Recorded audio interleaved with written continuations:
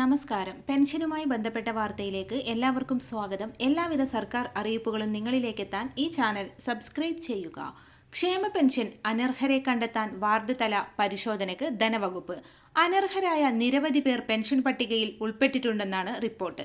സംസ്ഥാനത്തെ ക്ഷേമ പെൻഷൻ വാങ്ങുന്നവരുടെ പട്ടികയിൽ സമഗ്ര പരിശോധന നടത്താൻ നിർദ്ദേശിച്ച് ധനവകുപ്പ്. തദ്ദേശ ഭരണ വകുപ്പിന്റെ സഹായത്തോടെയാകും പട്ടിക പരിശോധിക്കുക. പെൻഷൻ വിതരണത്തിൽ വ്യാപക ക്രമക്കേടുകളെന്ന റിപ്പോർട്ടുകൾക്കിടെയാണ് ധനവകുപ്പിന്റെ നീക്കം.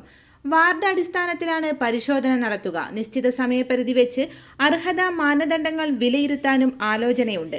വാർഡ് അടിസ്ഥാനത്തിൽ പട്ടിക പരിശോധിക്കുന്നതോടെ അനർഹരായ ആളുകളെ വേഗത്തിൽ കണ്ടെത്താനാകുമെന്നാണ് ധനവകുപ്പ് പ്രതീക്ഷിക്കുന്നത്. കോട്ടക്കലിൽ BMW കാറും ആഡംബര വസതിയുമുള്ളവരും പെൻഷൻ വാങ്ങുന്നതായി കണ്ടെത്തിയിരുന്നു. കോട്ടക്കൽ നഗരസഭയിലെ 7-ാം വാർഡിലെ പെൻഷൻ ഗുണഭോക്താക്കളെ സംബന്ധിച്ച് മലപ്പുറം ധനകാര്യ പരിശോധനാ വിഭാഗമാണ് പരിശോധന നടത്തിയത്. തട്ടിപ്പിന് കൂട്ടുനിന്ന ഉദ്യോഗസ്ഥർക്കെതിരെ വിജിലൻസ് അന്വേഷണത്തിന് ധനമന്ത്രി KN ബാലഗോപാൽ നിർദ്ദേശം നൽകി.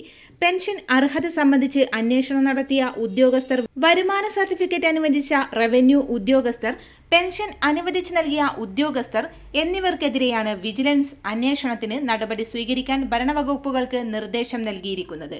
ഇതുമായി ബന്ധപ്പെട്ട വരും ദിവസങ്ങളിലെ വാർത്തകൾക്കായി ഈ ചാനൽ സബ്സ്ക്രൈബ് ചെയ്യുക.